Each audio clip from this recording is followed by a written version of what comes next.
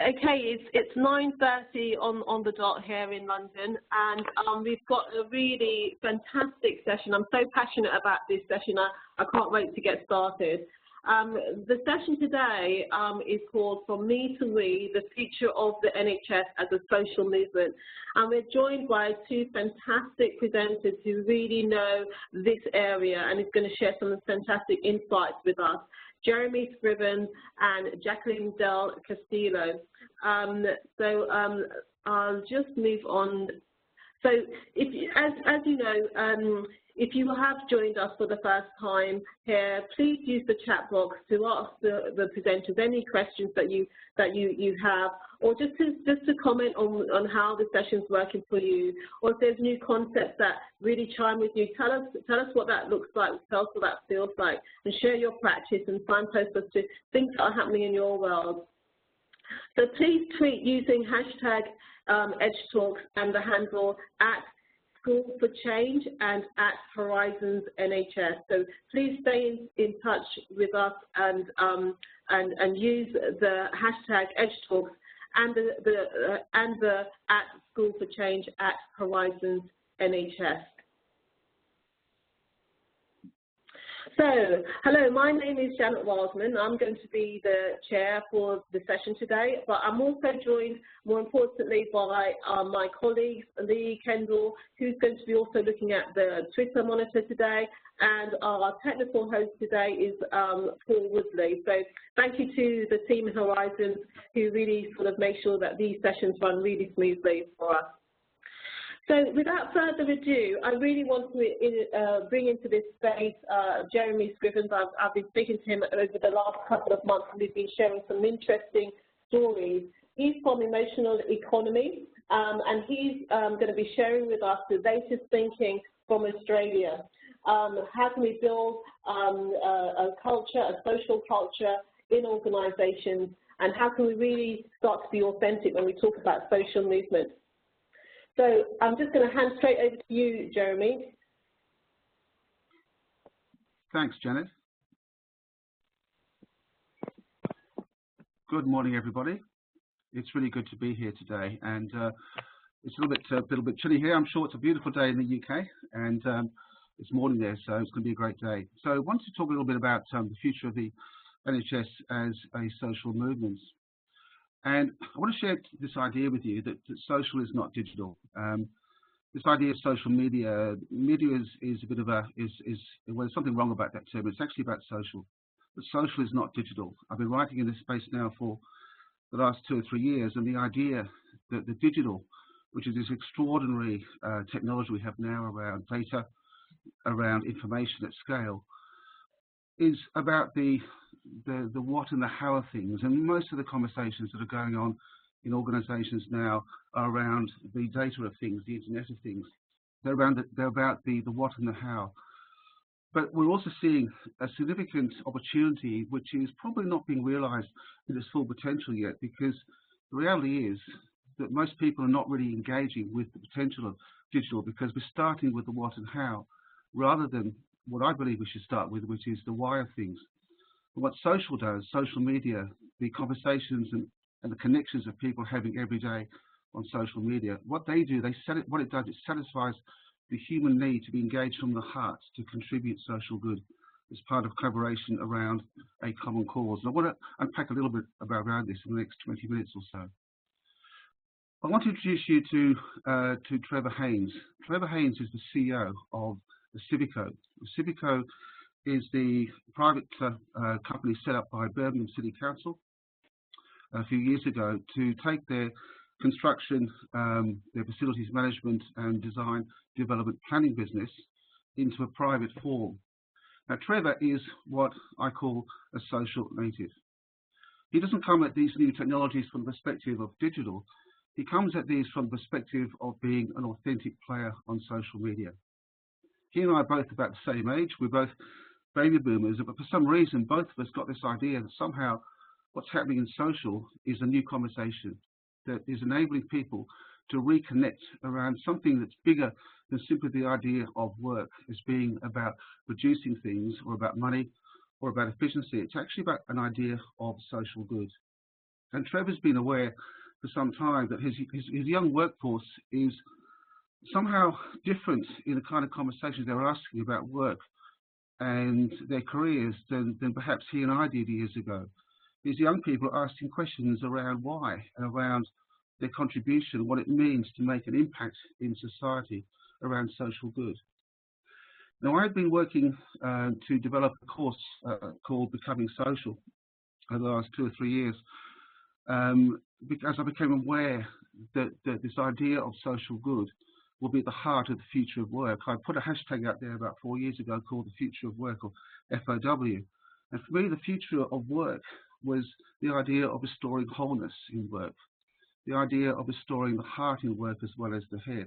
And Trevor and I were having a few conversations, and a few months ago I was asked by Sasha Romanovich, the CEO of Grant Thornton, to come across to the UK and to work with her team in Manchester, who are running an appreciative inquiry summit on vibrant health in Manchester, what I call the Summit Room. So I was involved in that, but also I was asked, would I work with her team to install Becoming Social at Grant Thornton in Manchester, which is the idea of coaching a group of people to become really authentic in the social room, in the social community space in Birmingham, to become authentic.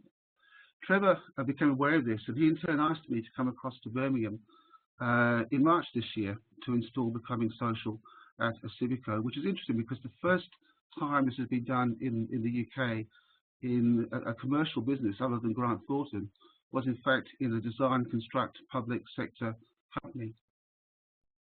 And as we began to unpack what it meant to become social, we started with the idea of a model. Now, one of the things about those of us who are professionals in health or whatever, we tend to love our models, don't we?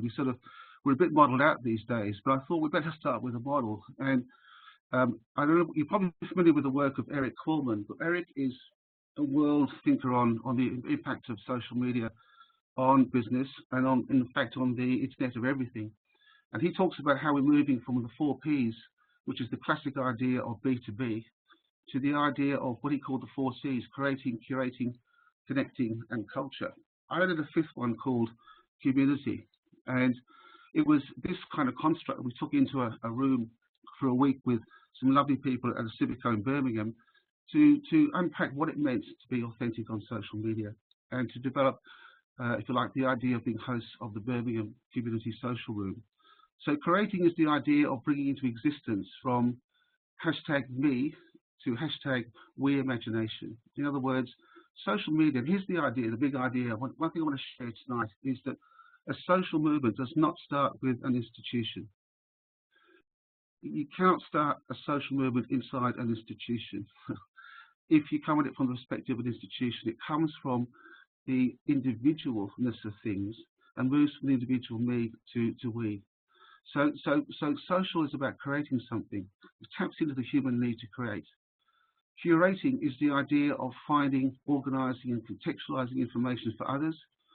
So what we know from the psychology of people on the internet, for example, is that pretty much half of people are naturally wired around creating, half are around curating. Trevor, for example, is someone who doesn't really create on social media. He curates. It's his passion. He's retweeted 80,000 times as a CEO. Can you imagine that in the last 5 years? Here's a very busy CEO who's actually doing this 80,000 times as a curator. Connecting. So what social does, it brings people together.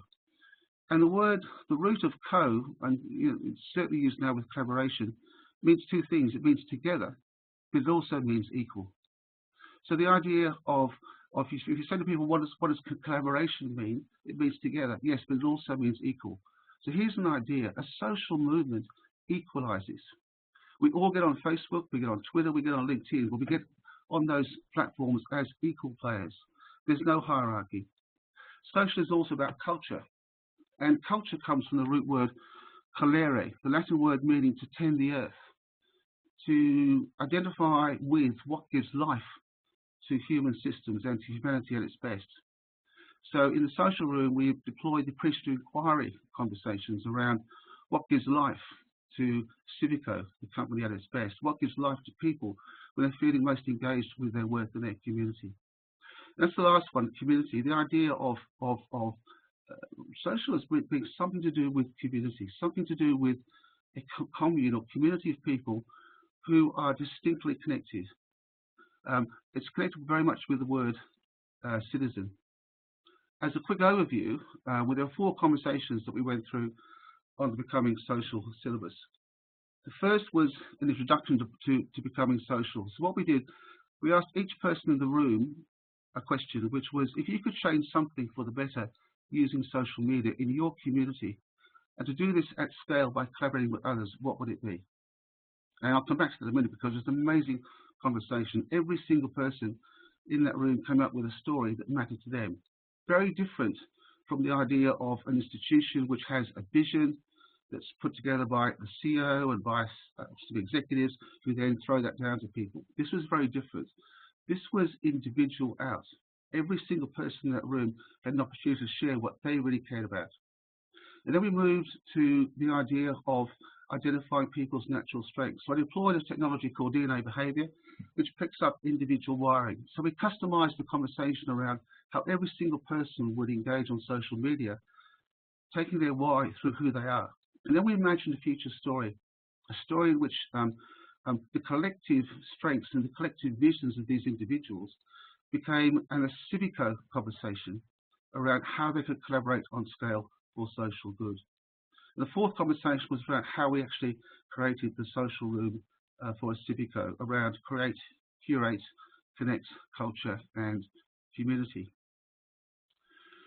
It was an extraordinary week, and as we spent time walking through what it meant to be hosts of the social room in Birmingham for Acivico, we deep dove, if you like, into the meaning of civic, what it meant to be civic. Now, interestingly enough, Acivico has a hashtag, not surprisingly, hashtag Acivico. That's a play on the words a civic company, as they were set up as a private sector company.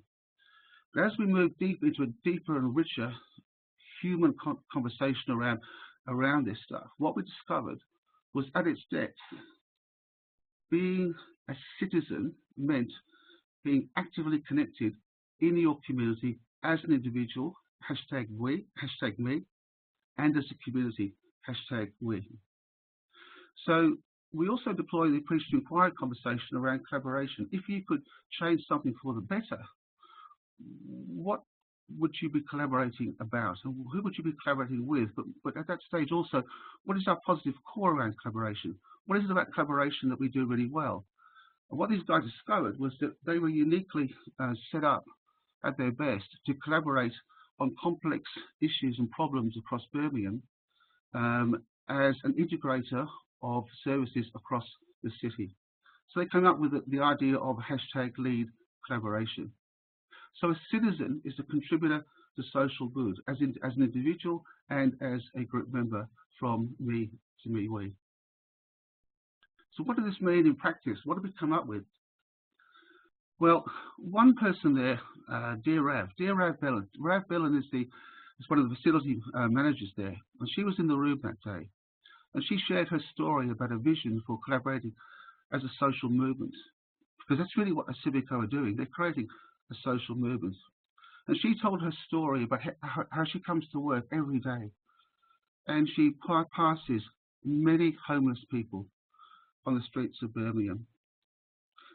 And she said, in 2 years' time, we've found a way through the social room, through being part of a social community, to enable 25 different organisations who are currently doing something about homelessness in Birmingham, but who are not connected, who are not collaborating, who are not actually working together, to find a way to bring these people together in the social room, to ensure that everyone's strengths were being used, to ensure that there was a maximum use of effort, but also to collaborate and to get ideas from each other. And she called that hashtag impacting lives.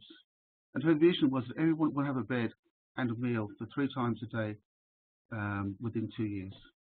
And as Rav gave the story, Rav, I'm not sure if you're on this hookup today, but she had tears in her eyes because she said, you know what, we were almost homeless a few years ago. 2 paychecks away, I know what it's like.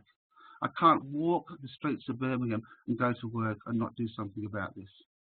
And then there's Leo. Leo is the Chief Operating Officer for Acivico. And Leo basically told the story of how 6 months before he had been in Birmingham prison, not as an inmate, but as a guest. He and 24 other business leaders across Birmingham have been invited by the inmates in Birmingham prison to a beautiful meal. And he said, we got there, they gave us this magnificent meal, and they served us with beautiful food. And someone, or a few of them got up and they sung a song. The song was about freedom. The song was about their desire to be free to be treated when they left prison as equal players in the job market. 9 out of 10 ex-offenders in the UK do not get jobs, and they come back into the prisons. Leo came away from that day with a vision for the future. What if we were to be able to work together as businesses across Birmingham in the social room, so that within 2 years, every ex-offender is trusted with a job? He brought his vision into the social room. Another person there had the idea that what if we involved schools in Birmingham in this idea of being connected in the social room for social good? What if we get our kids involved? What if we also involve these kids to the extent where they know us as individual people within Acivico? So we mentor them. So some of them, over the period of their secondary schooling, will want to form a career around, for example, engineering. What if we mentor these guys? What if we actually work with them? And so by the time they come into the job market, they are already members of the Civic community. And they changed their hashtag from Acivico to a Civic community. So those were the conversations that we were seeing in Birmingham a few weeks ago. It was an extraordinary experience for me to see these people come together, individual passions about social good, developing their positive core about what was possible, and then moving beyond that to the space now where they're incorporating social good into every single one of their business transactions, because they have a vision. Trevor said to me, he said, you know what, if we do social good in Birmingham, we will not only do social good and actually develop and create the next set of talent, but we'll also be able to tap into young entrepreneurs who believe what we believe about the world, who want to come on board. They will be our next clients. So I had the privilege of going back to Birmingham in a few weeks to work with them to work on stage 2 of Becoming Social, as they invite their ecosystem across Birmingham to join the ACIVICommunity Social Room. Here's an idea. So that's the story of Acivico. I want to share one more story with you. Here's an idea, and I want to just talk about this. Again, the idea of a social movement is about the individual first. It's not about the institution. It starts with, who am I? It starts with, who am I, and what's my why? What do I care about? What do I want to change in the world? And then, how do I align with others around their why and who they are, and form a movement around a shared why? That's the social part of the technologies now. And I believe if we start with the social technologies first, and the social questions around who we are and why, the what and the how are all around us. I live in a community called Wallan. It's a town of about 15,000 people, growing on the outskirts north of Melbourne in Victoria, Australia. Been here now for about 10 years. I'm part of a group of about 8 people who meet together every week for a bit of fellowship and a couple of glasses of red wine. We're just doing community together. And over the last 12 months or so, we became aware of a number of issues in our community. We're just monitoring Facebook and looking at some of the things that were happening. And as we began to delve a bit deeper, and a couple of us were involved in the local medical fraternity, we discovered that underneath the conversations at the surface, there is a dark side in Wallan around health. And I guess I take a holistic view of health. And as we began to unpack some of the conversations, some of the stories that we began to be aware of, talking to community leaders, we saw some of these things in play. Domestic violence. We have many young women in Wallan who are victims of domestic violence, young single mums. Homelessness is on the increase. People doing it tough, hard times, do not have the food to put on their tables tomorrow. Poverty, prison, young mums or people in prison, no one to look after the kids. Granny's got the kids looking after four of them now in one case, not enough money to pay the rent. The system doesn't seem to be able to help her. There are a number of these people in Wallan. Loneliness, people who are isolated in the community, people who need friendship, people who need love. And drugs. We have a real problem here in Melbourne with ice. I think it's called crystal meth, which fuels domestic violence. And we began to talk about this. And one of the members of our team, well, not a team, of our group, is Susan Ann. And Susan Ann began to lead a conversation that we had between us around something like this. Who am I, said Susan. Well, my name is Susan Ann, and my natural wiring is compassion. I care about people. Our son Thomas had brain cancer, a GBM brain cancer 3 or 4 years ago. Got very seriously ill. We almost lost him. Fortunately, he's still with us because of an amazing international trial. But I remember seeing the power of Facebook when we reached out on Facebook through my daughter Sarah, who organised a function for Thomas, which saw 300 people turn up at our local restaurants to raise money for Tom's illness. 250 people we did not know. They came out of the community. And we began talking about that. And Susan Ann was saying, I care about my community. We're hearing on the grapevine about so many people in need. There must be others in the community who care about what we care about.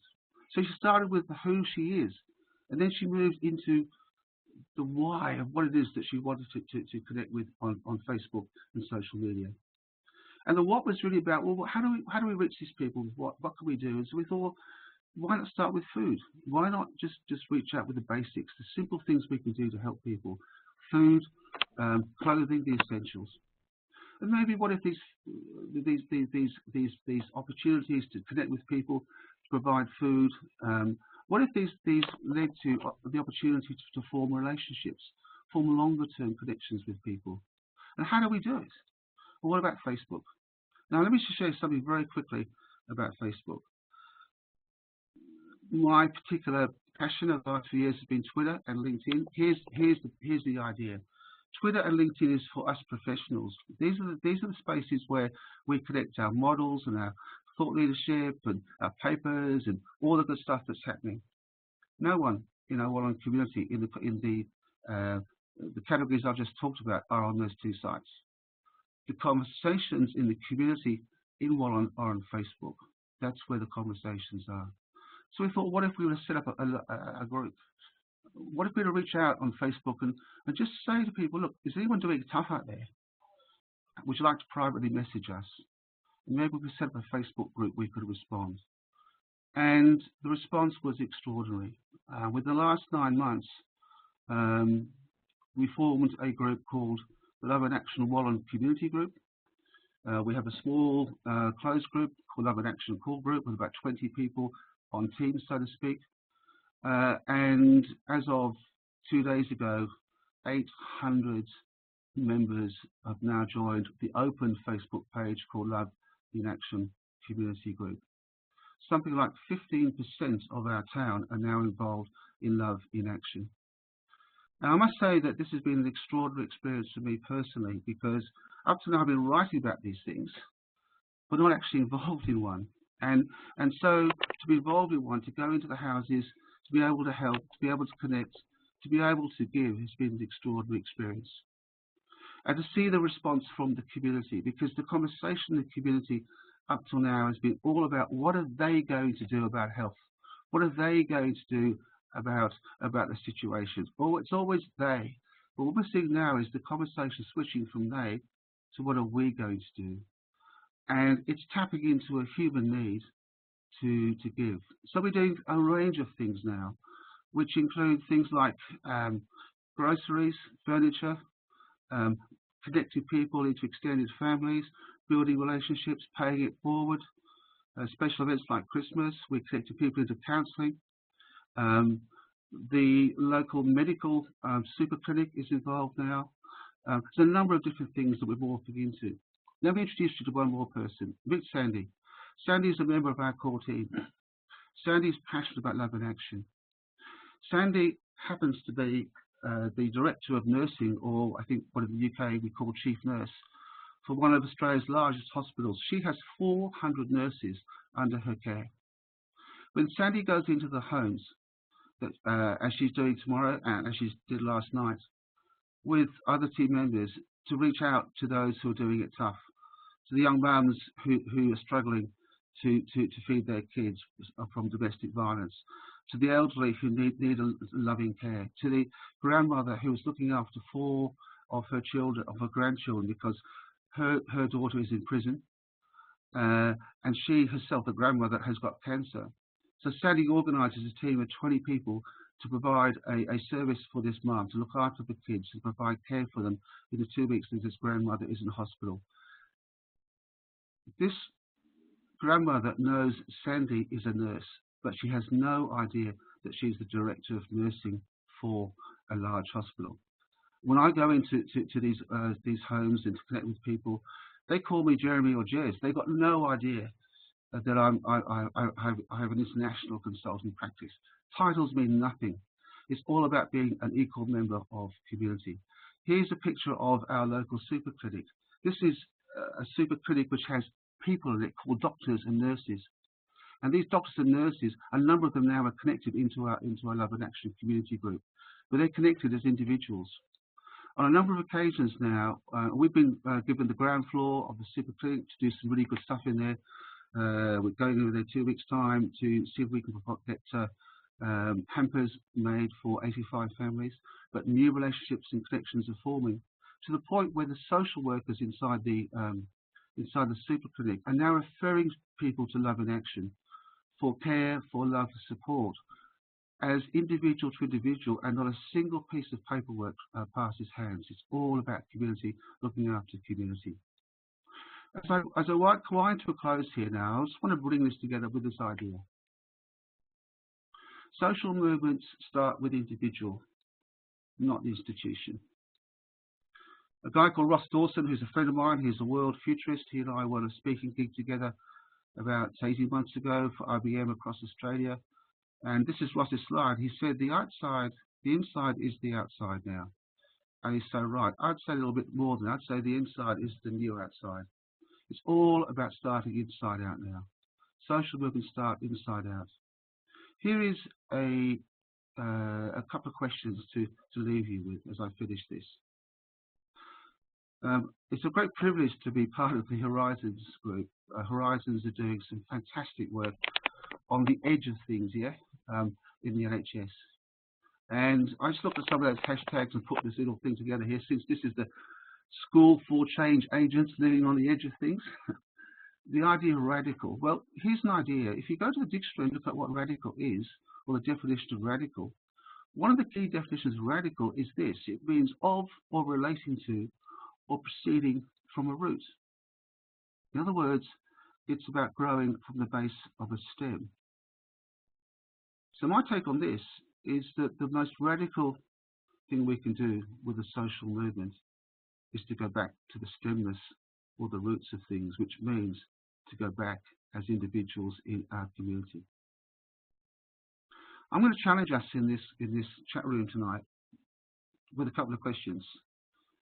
For me personally, I knew that I could no longer just talk about social movements, and I knew it wasn't about researching them per se. It wasn't about studying them per se. All that's good stuff, don't get me wrong, but it's about being authentic, and to be part of a social movement means being active in your own community. So if you could change something for the better in your community using social media, what would this be? And with whom would you collaborate locally? What is your Love and Action movement? And if you could think of a business or organisation you would believe is primed to become social and join Acivico in the social room in Birmingham or the UK or Australia, who would this be? And what about yours? Thank you for listening. Thank you, Jeremy. That was absolutely fantastic. I'm just going to quickly hand over to Lee to find out what's happening in the chat room and on Twitter. So, Lee, could you just let us know what's happening on Twitter from your side? Good morning, everyone. Thanks for a really fascinating talk there, Jeremy. People have been interested in the sense of social movements are about individuals and organisations. People feel very empowered by that. And people are really interested in your examples about Birmingham and about your examples in Australia, people's individual agency. Thank you. Thanks. Keep your conversations coming on Twitter and your thoughts and any questions as well. Thanks very much, everyone. Thank you, Lee. So any response to that, Jeremy, in terms of the real focus from the organisation and really focusing on individual? And what I'm also sensing from the chat room is that for people who are struggling in organisations, who are really quite exhausted, how can they enter into this social space and actually lead change? What would you recommend? I would say look inwards to where you live. I believe that social movements start with where you are. We cannot change the world. We can't solve world hunger at one go, but we can do something about where we live. And I think there is a need that's sitting on our doorstep. And as professionals or whatever, we're so used to being consultants or doing stuff. But I would say, look, the reality is 87% of the world's population is not engaged at work. So don't feel bad about that. You're one of the many. Most of us, only 13% are engaged, according to Gallup. I think a social movement, if you're fortunate to be part of an organisation such as we have leadership like Trevor, fantastic. My response would be, well, join for a start, join a civic community, join that hashtag, engage with the guys there in Birmingham, as I will continue to do. Have a look at Love and Action. Please feel free to join a Love and Action community groups. It's starting in 3 other suburbs in Melbourne, and we're having someone in London. I think it's Tower Hamlets who are now talking about the possibility of starting there. It's fantastic. But you know what? Here's an idea. You can either start a movement or you can follow it. Following it is what most people do. So please find a cause, a local cause. Get onto, above all else, get onto Facebook in your community and listen to the conversations. Just listen to the conversations, and then just put a tweet out. Just put something out there and say, how can I join this conversation? And you'll be amazed at what you'll uncover.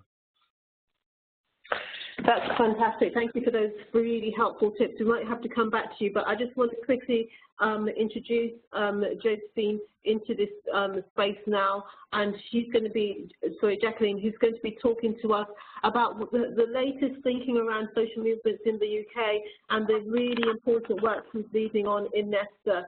So, Jacqueline, I'm handing over to you straight away. I'll just hand this over to you. Great. Thank you so much, Janet. Jeremy, it was absolutely great and fascinating to hear your story. And we particularly resonated with what you said about that the time has really shifted from thinking about the they and what they can do to what we can do. And I truly believe in hearing you speak that the Health as a Social Movement program here in the UK has really been conceived based on that idea that the time is ripe for all of us to think about how we can play a part in really bringing about health as a social movement. So today I'm going to talk for about 10 to 15 minutes about what we're learning as Nesta, being part of the Health as a Social Movement program. The program is a 3-year program which is funded by NHS England and in collaboration with Nesta, the RSA, and the New Economics Foundation. And the idea is to really look at how we can develop and spread social movements in our communities. And so, it's potentially unprecedented, actually, for a health system like the NHS England to be calling for more social movements, and that is likely to bring challenges.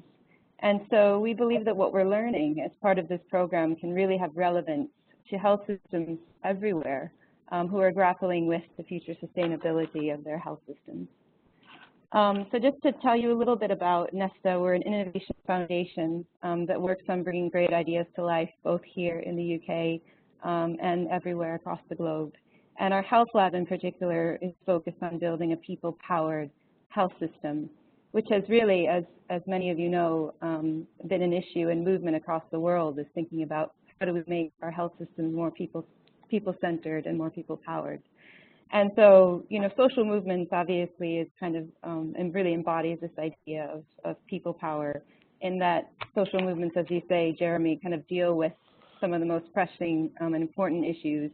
So issues faced by marginalized groups, power imbalances, inequalities, human rights, stigma, and issues unaddressed by existing systems.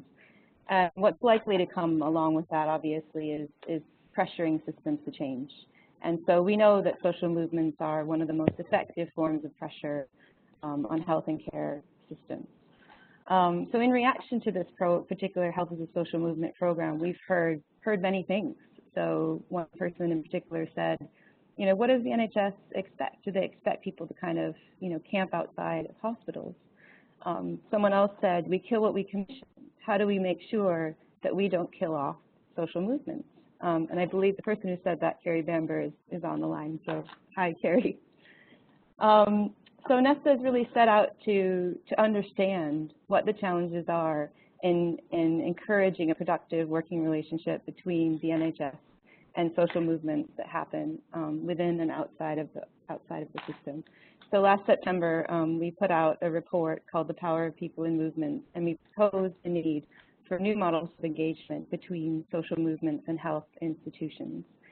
And we truly believe that the future of the NHS will really require us all to figure out how we fit into health as a social movement and develop productive ways of working together on the issues that really need to be addressed, recognizing that it's not going to be easy, but being inspired, as you said, Jeremy, that this is no longer about the they, but it's about the we. The second, you know, piece that we learned in producing that report, big insight, is really that it's not necessarily about more movements. And so Charles Tilley said, you know, one way to get social movements wrong is to see them everywhere. So as this program has started, we see the tendency for people in communities to say, I want to start and build my own social movement. So really, you know, encouraging people, as Jeremy said, to join movements that are relevant to them and contribute in ways that are already up and running. So over the course of about the last 8 months, Nesta has been working on looking at what we can learn from social movements that have scaled. So when we think of social movements, you know, we all think of the big transformative movements like HIV/AIDS, for example. You know, people kind of going and chaining themselves to fences and demanding access to drugs.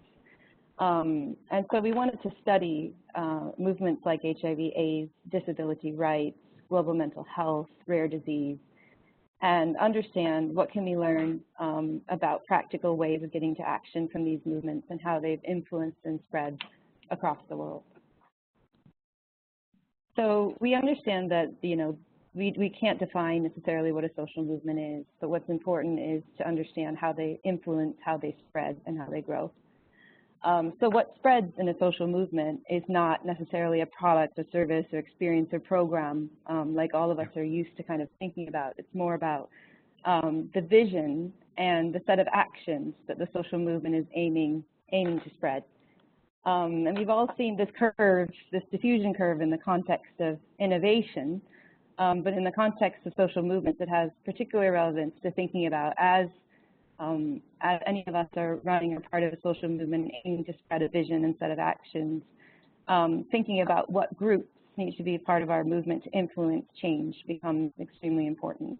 So kind of a set of leaders and early members are the initial people that join movements, and oftentimes movements will fall into sort of cultural chasm, if you will, where they fail to kind of reach a mainstream market or change culture in a collective. way. So as we're looking at these international case studies, we're aiming to understand what is it that sets apart these transformative movements and enables them to really achieve widespread cultural change. So one example of a movement that we've come across is from the United States called the Open Notes movement. And this is a picture of Steve Keating. So in 2007, Steve volunteered to participate in a scientific research study. An MRI revealed a brain abnormality, which later turned into a massive tumor. And since his diagnosis, he was faced with many problems with getting access to his own data. And he said, no one really sees the problem in getting your own data until you're in the hot seat. How come as a patient we are last in line? So he joined up with this group in Boston, which is called Open Notes. And the idea really is to encourage doctors to open up their medical records to patients and patients to participate in their own care. So not a revolutionary idea, but something that's been needing to happen for quite a long time. So they started small, 3 Boston hospitals, 100 doctors, 20,000 patients. And at the end of 12 months, no doctor wanted to give up the program. And 70% of patients reported feeling more in control of their health. So this particular movement is an example of where cultural change is actually happening. So impact to date is 7 million people have adopted this particular idea of open notes. We're seeing cultural changes in medical practice. There's clinically relevant benefits. So, scientific studies have shown potential for improved patient safety, medication adherence, patient recall, as well as potential savings to potential ability to save healthcare costs. So impact is massive, and this movement has recently received $10 million to scale up to 50 million patients. So now I want to talk about a movement that is fairly nascent in the United States called the Diverse Childhood Experiences Movement. And this particular movement is a great example of a movement focused on prevention-oriented aspects, which can learn from these more transformative movements that have scaled across the globe. So this is Dr. Vincent Folletti. He works for Kaiser Health System, and he was running an obesity clinic back in the 80s and 90s. And he noticed people were losing massive amounts of weight, 50 kilos, 100 kilos, and then immediately gaining much of it back. So he was noticing that it was physically impossible, he thought, to gain as much weight back as many of the patients were gaining. So he started asking people, why is it that you've decided to drop out of the program? And one woman in particular said, being overweight for me is safe. So I was abused as a child. And he said, I wonder how much abuse and neglect and other issues of childhood adversity are prevalent among many of my patients. So he did a massive study, 17,000 patients, which was ultimately published as one of the biggest public health studies ever to be conducted, called the ACE study. And that particular study saw correlation between 10 adverse events happening in a child's life. So abuse, emotional abuse, physical abuse, sexual abuse, neglect, household dysfunction, so very heavy issues. And how those experiences can directly impact on adult health and life expectancy. So it touches on unhealthy behaviors like smoking, alcoholism, substance abuse, as well as health issues like diabetes, depression, suicide.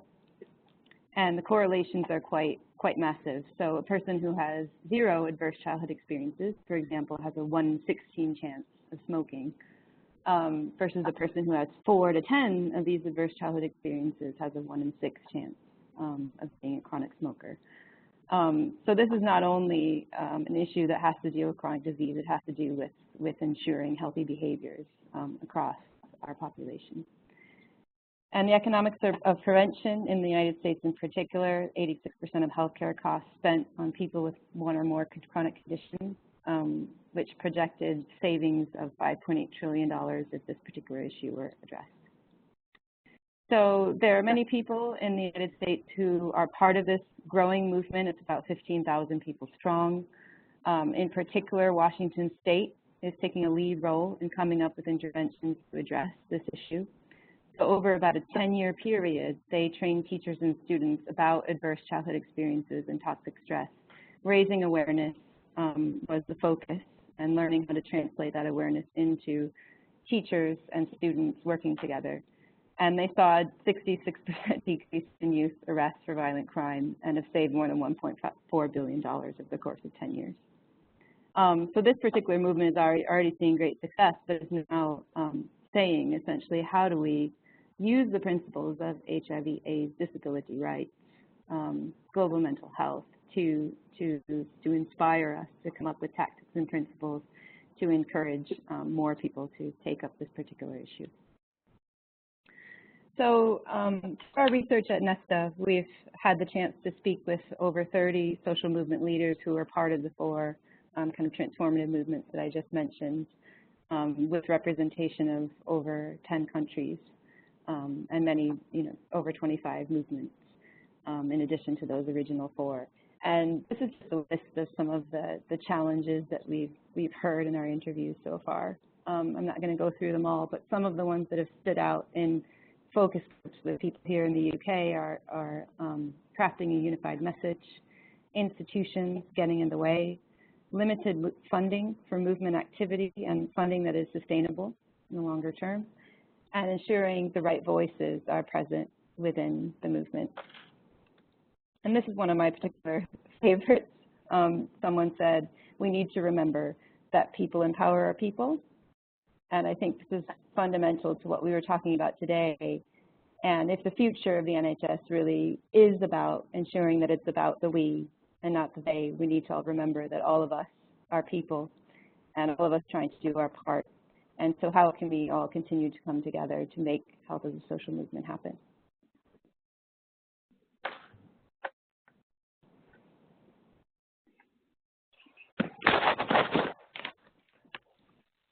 Hi, Jacqueline, that was fantastic. Thank you so much. There's been so many questions here.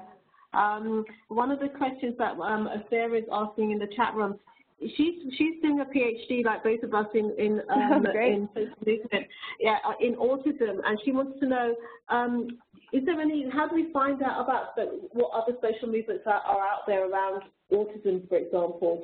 How can we, signpost her to the right place to start that inquiry?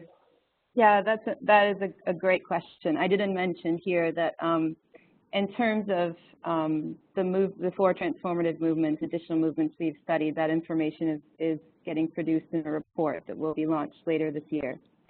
But we've also talked about this idea of providing a way for movements that are related in some way to be able to connect up.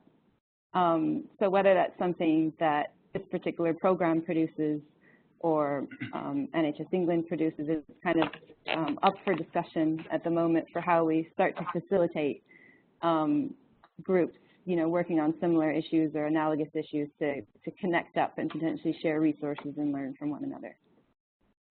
So is that something Nesta is willing to take forward into the future? Because I think there's a real need for that, for people who are part of a movement or people who are seeking to start up a movement.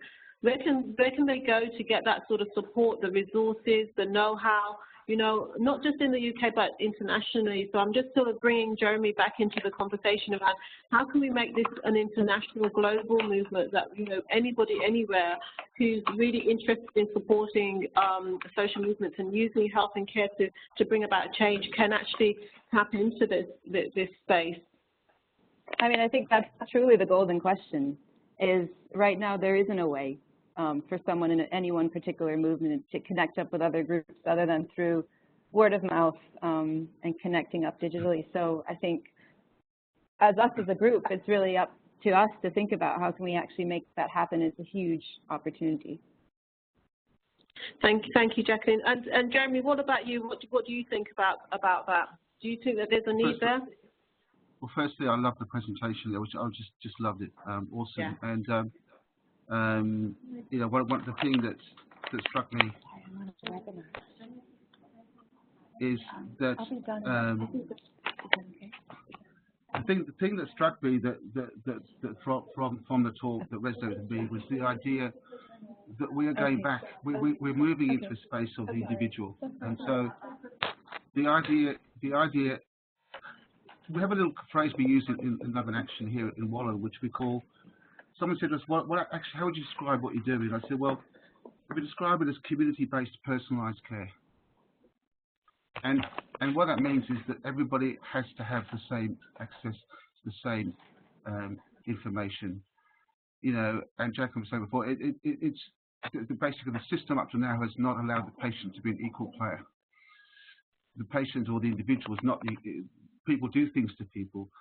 I think one of the great things about the Acivico experience in Birmingham was that after spending a week together, really unpacking what is the why of social movements. You know, why do you want to be part of something?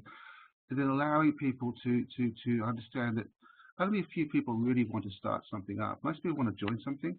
And then the idea of how Acivico could actually touch base with the literally probably 70 or 80 different movements already in different kinds of social movement form existing in Birmingham, how they could act as a host of a room that allows people to come together. So that was the beauty about becoming social at Acivico. It wasn't just about their particular vision, it was about saying, how can we help those already involved in social movements to connect and to collaborate? And that's why I would encourage you to think about joining that particular one, because they have a passion for not just their own particular social good projects, but for joining the community. But you know what, the best, I'll come back to it, I know I sound like a broken record, but the best thing you can do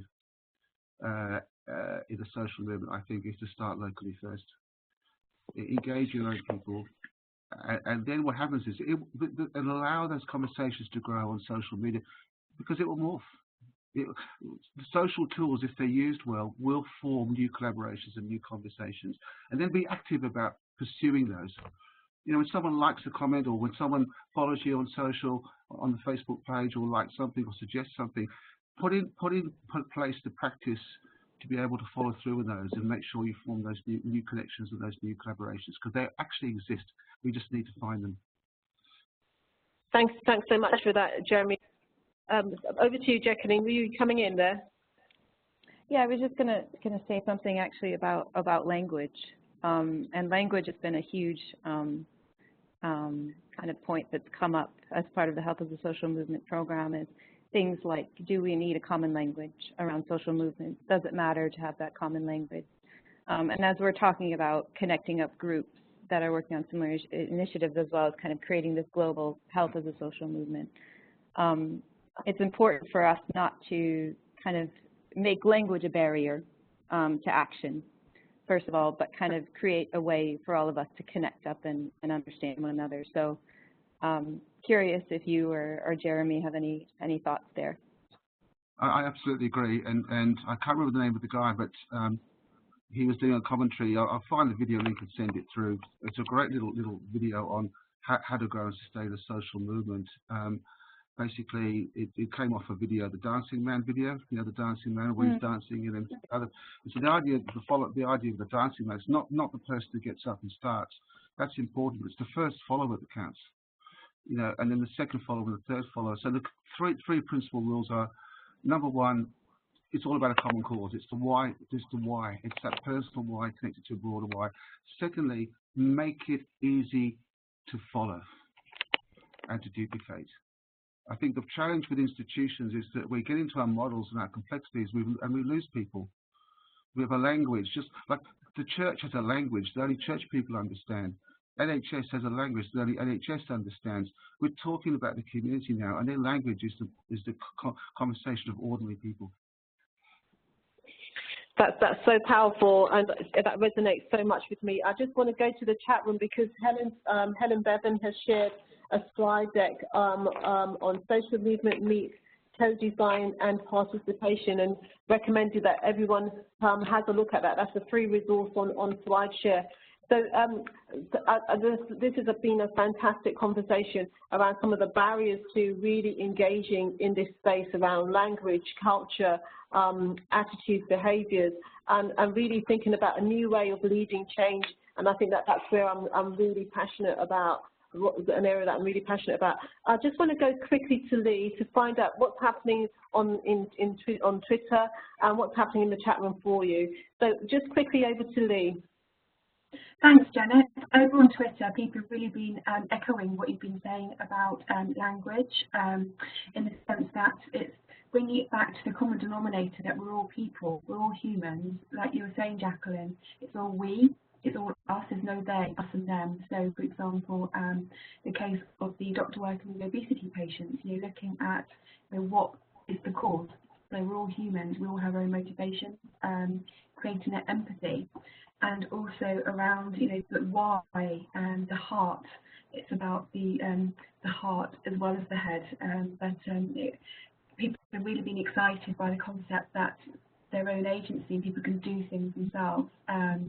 They've really been inspired by the examples of Birmingham and Australia, about by working together, by seeing everybody as humans, as equal and equal, we can all work together and collaborate and create change for the better for others. Thank you so much, Lee. That's fantastic. I just wanted to, we've got a few minutes left, and I just wanted some last top tips from you both, Jeremy and Jacqueline, top tips that people who've tuned in and listened to really carefully over the last hour. What would you see as the sort of final messages from you both on how do we make a social movement part of the way we do change in health and care? What would you say to that? So starting with you, Jeremy. I'd say that it's about community now. It really is about community, and so the question is, where am I engaged in my own local community, and how can I use the social tools that are available now to really listen into the conversations that are there and join them as an equal player. Thank you. That's fantastic. And over to you, Jacqueline. Last thoughts. Well, I would just say that it's really about empathy. When we're talking about the we, is that for all of us to be engaged and to make this vision happen of health for all is not going to be easy. And so understanding people's perspectives as they start to join in the action is really, really important. The second thing I would say is social movements are really about persistence. And so don't give up. It's very easy at various points to give up and to kind of move back into the they sort of mode. So it almost becomes a mindset of keeping that we at the top of mind. And it reminds me of something from the innovation world, really, is that if you're not struggling, you're not working on something hard enough or meaningful enough. So if you're struggling, it's actually a good sign. And that's so fantastic, because it's the spirit of movement, isn't it? It's the spirit of change, and that struggle is about change, isn't it? And Ben in the chat room, he says, for me, social action plus social justice equals social movement. And I think that really sort of chimes with the talk today. So thank you very much for that, Ben. And so I just want to say thank you to everybody who's joined in. This has been a fabulous session where we've really tried to take social movements to another level, to really understand the spirit behind it. What does it take to be part of a social movement? Starting with the I and working outward to the we. So thank you for everybody who's contributed. Thank you to Jeremy. Thank you to Jacqueline. And all the Nesta colleagues who've contributed in the back scenes there. This was a fantastic session, and I just want to wish you all a fantastic weekend. Enjoy the weather. We don't know how long it's going to be like this, so let's just go out there and join a social movement. Use this time really wisely to grow and stretch and really connect with other people, connect with other movements, and let's change the world. Take care, and thank you. Cheers. Thank you. Bye. Cheers. Thank you. Thanks. Bye.